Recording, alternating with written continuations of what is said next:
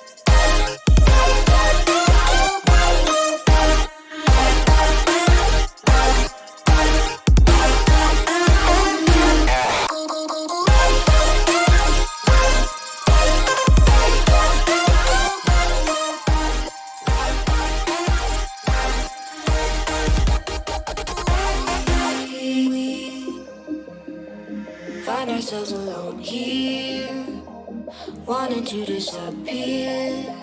Change our names, live on the sun, where every sound is clearer, burns a little deeper, and we're close enough, but your lucid touch evaporates. I open up my eyes, wake up dreaming through the days and sleepless nights. Your lucid touch evaporates. I open up my eyes, wake up dreaming through the days and sleepless nights.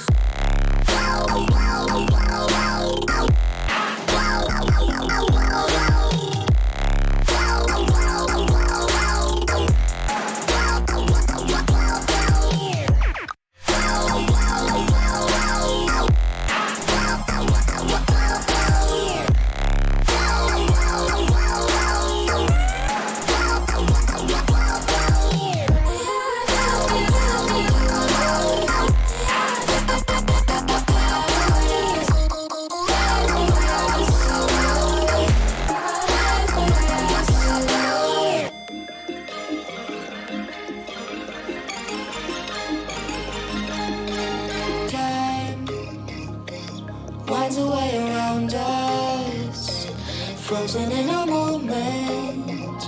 It just slips through the space in between our fingers.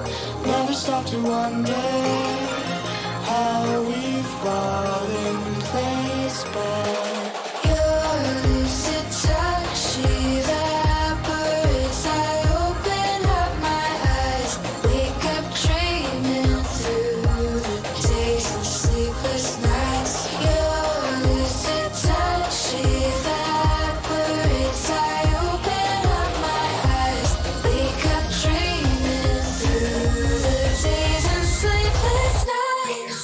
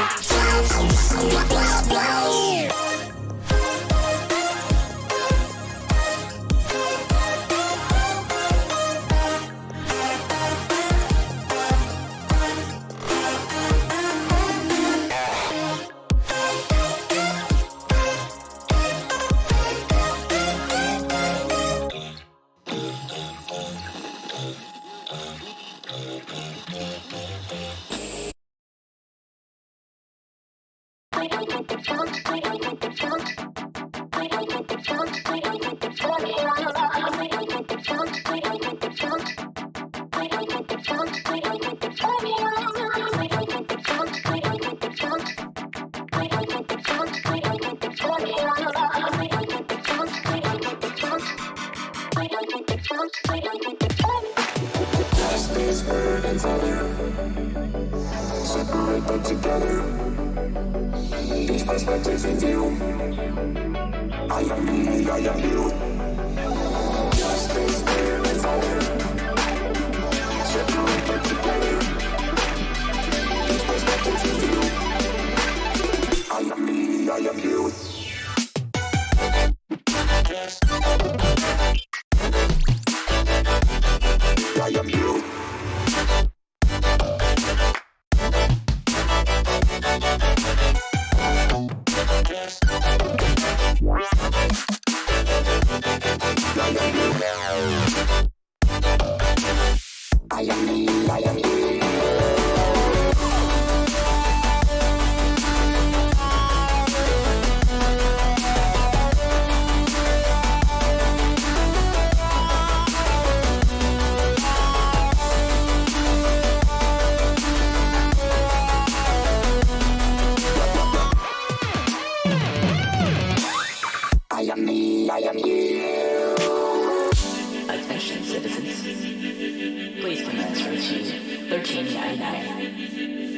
proceed instantly to the center.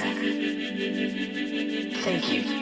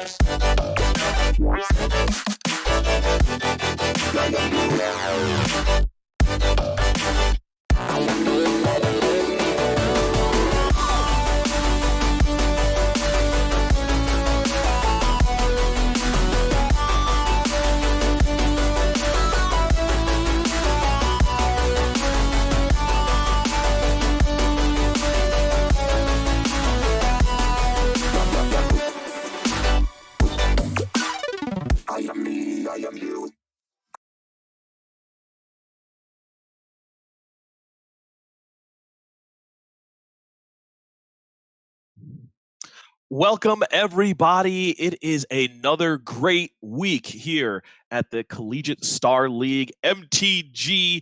This is the Arena Playoffs.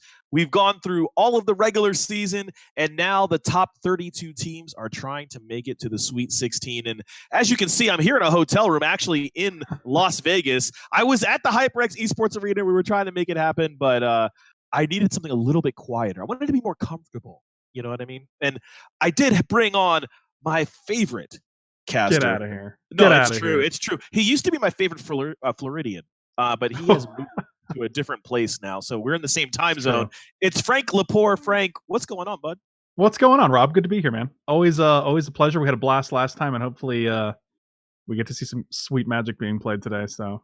Well, I don't know. Was last time Okos around when you were here? Yes, and I'm really excited. Yes, because the last time was pre-bannings, so now we have all the sweet the more fair decks. We also have Theros Beyond Death cards in the format now, whereas we did not before. So totally different experience this time. Yeah, and also there's more at stake because, like I was saying to start the show, the top 32 teams are now in the tournament. So it's March Madness, just like you would have in basketball. And we are now going to have one of these teams move on at single elimination. So if you get knocked out here, that's it. But it's going to go, obviously, 16, 8, 4. And then the top two teams do get invited to Las Vegas. And they'll be here, not in my room. In his room. They're going to run the CSL. You heard it here first, guys. You heard it here first. In my hotel room. All of the teams from all across the games will come here and just play on the beds. But no, we are going to be like you do in Vegas. Anyway, it is the HyperX Esports Arena. We'll be having all of that action going down in April. So this could be the first step for either Shawnee State or for the South Dakota Mines and Technology. Both these teams are, I don't know if you've seen these guys in action, but both these teams are awesome, Frank. I have not yet, but I'm looking forward to it. I'm excited about it. Yeah, well, here we go. Let's talk a little bit about these schools. In Shawnee State, 8-3 and 21-10 in their games, and the South Dakota Mines and Technology 10-2, 26-7 in their games. So solid records. They're pretty good, Frank. Yeah, solid records. So I wouldn't be too unhappy if I had a 26-7. Yeah, whenever I can win at least twice as many games as I lose, I'm feeling pretty good. 66% win rate is pretty high. You know what I mean? Well, especially as a team. right? So like, you Right, have to exactly. So imagine you're that, all of them are carrying that score, you know. right? Or maybe one of them, maybe just one of them like is 07, and the other people have carried all of the wins. I don't know, Yeah, but I'm sure that's what I'm it is. sure Yeah. that's exactly how We're it not happened. going to say who is 07, but Right. you know who you are. You know who it is, but we do want to say a big thank you to our sponsors. Our first sponsor is HyperX, and obviously when we have the grand finals at the HyperX Esports Arena in Las Vegas, HyperX is going to be part of it, and we also have GameStop, and they have been a amazing partner for our 2020 CSL season, and they have obviously the GameStop Performance Center that we talk about every week, where you are able to see the professionals play and learn how they do it and help your game.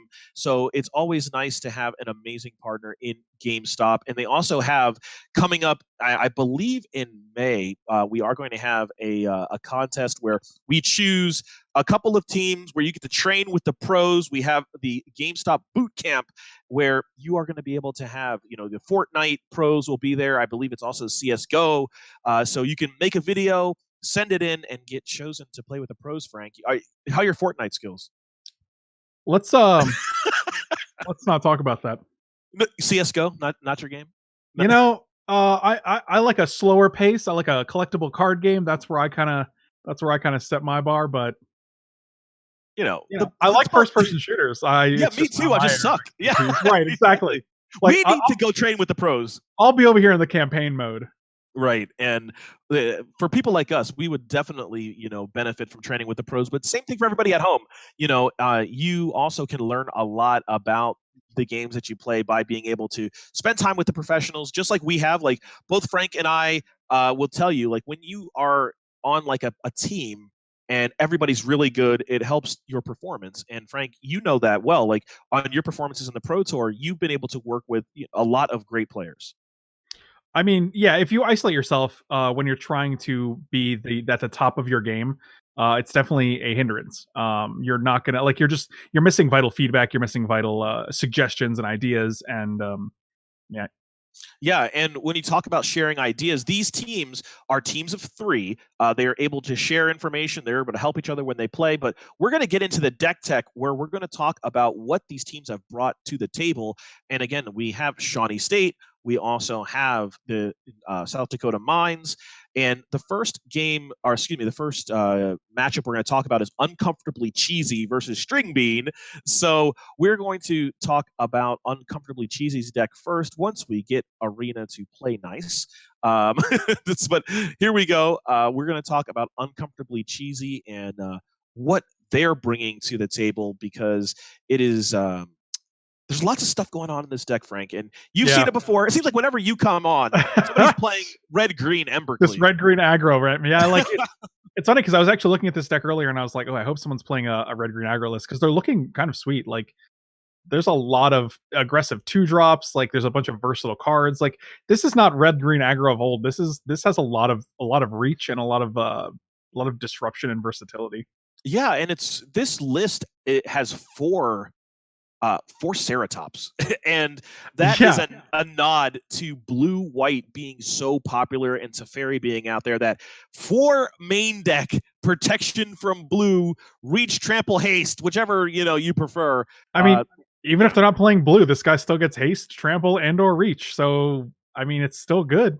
Right. It's late game. You're not really feeling too bad about it. You drop it down. First of all, I guess I'll start with haste. And then when you block, I'll go ahead and give it trample. And if I ever possibly have to block, I can give it reach. But this also, carrying an Embercleave is gross. One thing this card does really, really well is block a Dream Trawler.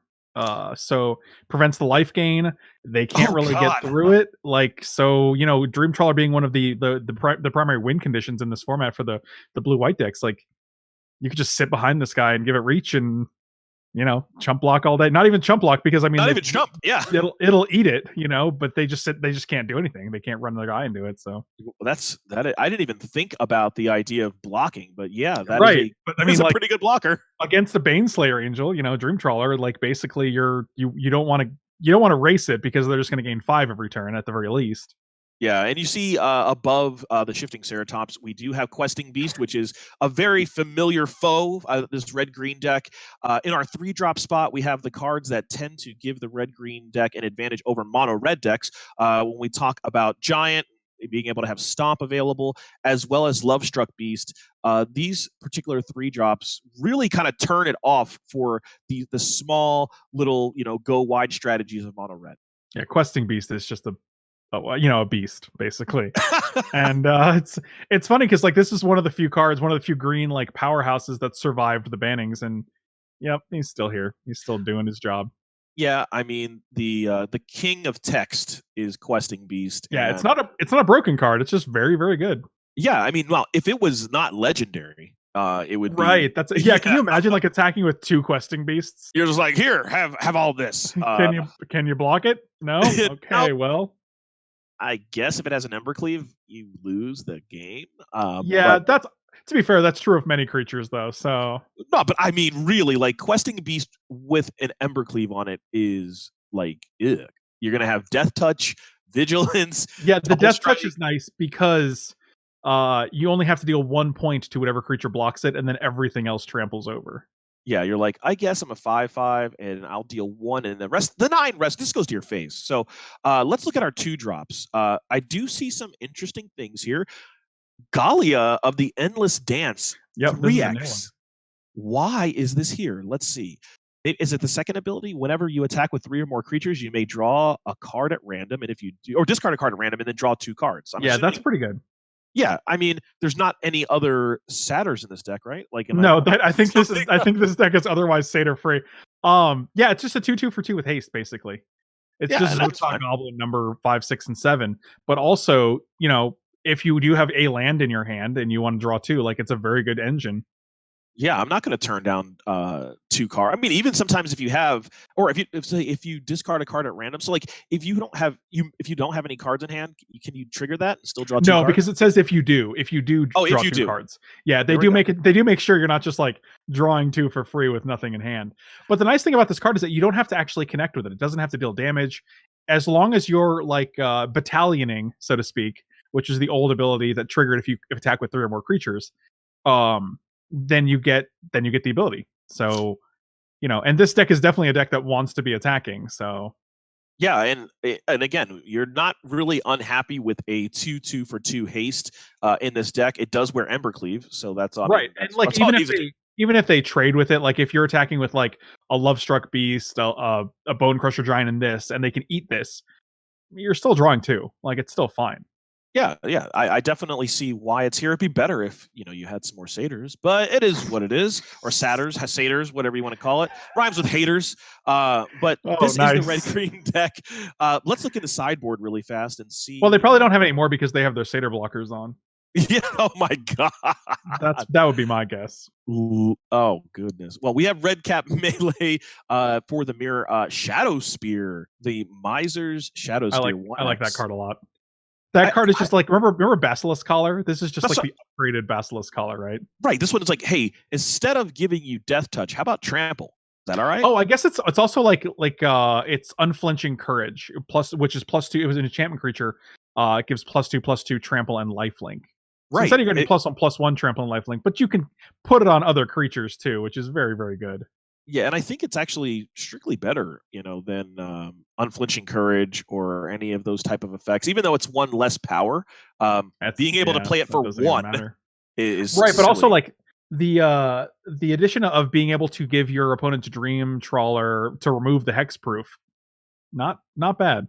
Right, not a unreasonable ability. Like right, you can actually then use like a red cap melee on something. But you also have Cindervines. That's going to be here. 4 of no less. That's a good amount. Jeez. Well, here's what I really am hot about. Look at this Sorceress Spyglass. 2x Sorceress Spyglass, and guess what that names? I'm going to give you a couple guesses what that names. How about I might only need 1. You only need 1. Go ahead. Is it Teferi? It is Teferi, and it also it can hit Dream Trawler. Yeah, and also I guess that's all I can think of that's really threatening. I was gonna say Narset, but like I don't think this deck really minds Narset too much. No, I don't think. Well, I mean, hey, if your Satyr wants to draw you some extra cards, she will turn that off. But I Yeah, think that's but a corner still case. yeah, I think if you're attacking with 3 creatures and trying to draw cards, they're probably in bad shape anyway. Yeah, I don't think you'll be fine. We also have Domri as a 2x. We have, it looks like God of Destiny as the other one, and then one more card in this list, and it's the. Wow. This card in limited is actually silly. I like how you deliberately avoided saying the god's name. You're like, we got a 2 God of Destiny here. It's a God of Destiny. Because how do you listen? I would have said Clothis. It is Clothis, but I don't know if it's like Clothius or whatever it is. Yeah. And I don't need Twitch chat telling me how stupid I am. I'm already old and fat. I don't want to be dumb as well. So we have a Crow and War, one. And now let's go to our other list from String Bean and see what they're bringing in. Unfortunately for String Bean, playing blue-white with I a feel like list the previous deck was definitely customized to deal with this deck. They were like, Dream Trawler? Yeah, I can deal with that.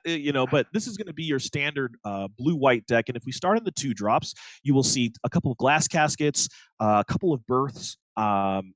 This is all the normal stuff. A couple of births. That's just that's a funny sentence. Listen, I mean, I could say it's a couple milk baths because that's what it is. That's probably better. I mean, okay, we have 4x milk bath. Place set a milk bath here. In case you needed those. I like the full set. Yeah, do you see anything out of the ordinary here with this list? Not really. What's the card? Is a Glass Casket is underneath the milk bath? Yeah, 2x Glass Casket. It's interesting that a lot of these decks in the metagame right now are playing main deck Aether Gusts. Like if you're playing blue, like I've seen like 2 or 3 main deck Aether Gusts, and it's very, very interesting. I mean, it's obviously when we had Oko in the format and things like that, having Aether Gust was definitely helpful. It does.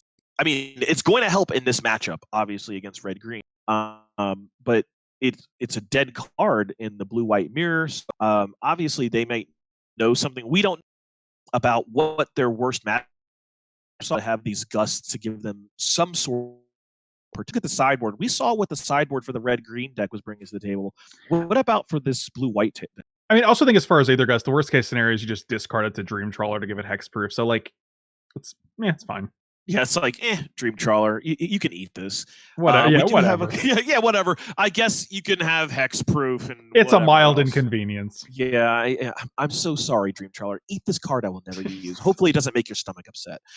We do have a couple of giant killers, Devout Decree, and we've seen how well Devout Decree works, being able to hit the red creatures, as well as, I don't see it hitting many planeswalkers very often, but in this matchup against the red-green, there are red planeswalkers that they will be able to hit with this Devout Decree. The extra Aether Gust, a couple of Dovin's Vetoes, Mystical Disputes, we know all about that. And now they are playing the Narsets in the side as opposed to main deck, and normally we do see that. And it looks like I think Narset's just a little too slow right now because you have a lot of aggressive decks in the format that you just can't afford to like play a Narset and draw a card. And it's a direct nod to that, because instead of playing the Narset's main, they're playing Aether Gust, and it's like one of these cards is really good against aggro decks, the red aggro decks, and one of them really isn't. So, but it is there, and then we see Heliod's Intervention, and I think the other thinking is that like if you're like playing a mid range or a control deck, I'm gonna be fine with this deck. But if you're like the more aggressive decks, you need to kind of slow them down a little bit, so you kind of hedge with the Aether Gusts in the main deck. Yeah, I think it's fine, and obviously it will pay off in this matchup. But we do have a couple other matchups. Now, the way it works here is that they are playing the same. 2 of the players are playing the same deck. So we're going to talk about Jacksonian's deck, because Jacksonian is playing one of the different decks in this matchup, and it's a little bit different. I haven't seen too much of this particular list floating around, and this is going to be our green, white, blue, and if this is just going to be like ramp, right? Yeah, we just call it Bant nowadays. I don't know if you're. I'm old man. Listen, okay. Listen, Grandpa. It's been Listen, like Boomer. 10 years. Okay, Boomer. You don't call it Bant. I call green. Back white, in my blue. day, we would name all the colors individually. Yeah, I don't want people to think what is going on with the Bant stuff. But anyway, Yeah, this yes. deck looks good. I mean, you have Growth Spiral and Uro. I think it's Uro. To put additional lands into play. How many lands are in this deck, by the way? 28? Wow, that's a good amount. That is a lot of lands. Well, you have to have a lot of lands in this deck because obviously with Growth Spiral, with Uro, with Nissa, all of these cards are here to be able to get you. You got to have the lands to be able to ramp into, and Nissa obviously isn't that great if you don't have a bunch of lands and you don't have a bunch of forests to be able to double up on. Back in the day, we had cards like Rampant Growth that would actually pull the lands out of your deck. Nowadays, you get cards that you have to have the lands in your hand, such as Growth Spiral or Uro, and then you just have to put them into play. So if you actually play like a Growth Spiral and don't have an extra land in hand, not as good. Hey, instead of searching, they made it easier. Okay, so instead of searching your library they allow you to draw a card. Yeah, they just took one less step.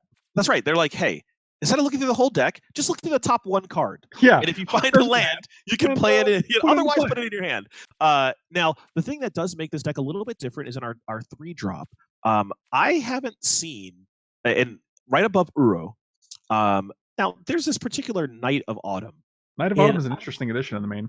I haven't seen this a lot. Now, obviously, you can make it into a 4/3. You can gain 4 life against the aggro decks. But then there's this destroy target artifact or enchantment. And there's going to be opportunities when you have like Glass Casket out there. You've got Banishing Light. You've got the black-white decks. There's a lot of enchantments to hit. Yeah, Are there a lot of artifacts to hit? I'm just trying to think. Not really. Just mostly the artifact, the equipment. Okay, so you can also hit like Reclamation with this. So and with Teferi, like there's some. Oh, also Lucky Clover is one of the artifacts. Oh, in like the teamer in like the adventure decks. So I mean, yeah, like Knight of Autumn seems like a great addition. Like, and keep in mind that the blue white decks, one of their main strategies is enchantment based. So like they do have like 10 enchantments in their deck a lot of times. Well, right. Yeah, you can play your Knight of Autumn, destroy the enchantment. You can use Teferi to bounce it back to your hand. So if you do need to make it into a threat mid game, you can do that. 2 enchantments or artifacts.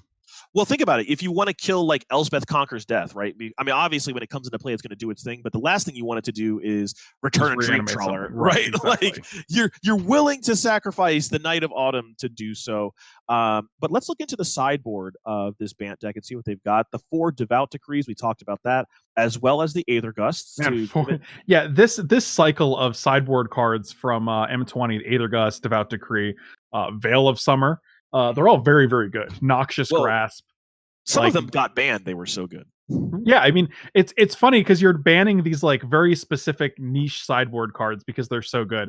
But like Devout Decree, Aether Gust, and Noxious Grasp still see a ton of play.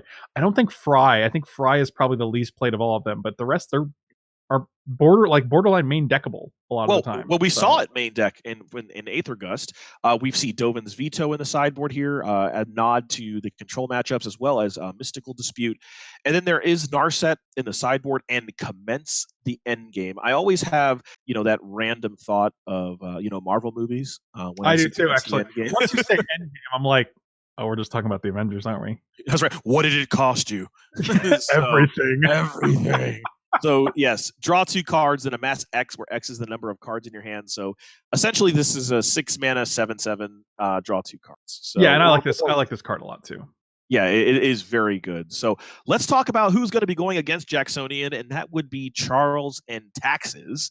And Charles and Taxes is bringing a little bit of spice to the table, I think. This is going to be our Clover deck. Yep, and this is the Teamer Adventure deck I was just talking about in terms of Lucky Clover. This deck is sweet. I like this deck a lot. Well, tell everybody about what this deck does. Basically, you want to play a Lucky Clover or an Edgewall Innkeeper. Those are your basic engine cards. And then you have things like Fae of Wishes, Bone Crusher Giant, Lovestruck Beast, Brazen Borrower, and Beanstalk Giant. And whenever you use the adventure half of these cards, Lucky Clover will double it, or you get to draw a card with Edgewall Innkeeper. So, I mean, this deck is able to amass a lot of cards or a lot of velocity very quickly. And the value you can amass off of like the turn 2 Lucky Clover into like Lovestruck Beast making 2/1/1s and then Bone Crusher dealing 4 or something like that. Like, it's very good. And also Escape to the Wilds is one of the new engines for a deck like this, where you're exiling 5 cards, but then you can play them during the next 2 turns. So Right. everything is, your deck is pretty much cheap enough that like if you draw 5 cards on turn, like on turn 5 you play this, you play a 6th land, on turn 6 you play a 7th land, so you have 7 mana to play these cards, and like if one or two were lands, like you're getting value off this card. Yeah, 5 mana, 99% of the draw time. 5 cards, right? Yeah, right. That's basically what it is. You just got to decent. play them now, but same thing. Like all of the cards in the deck are pretty much creatures, except for Incubation and Congruity, which just gets you a creature. And obviously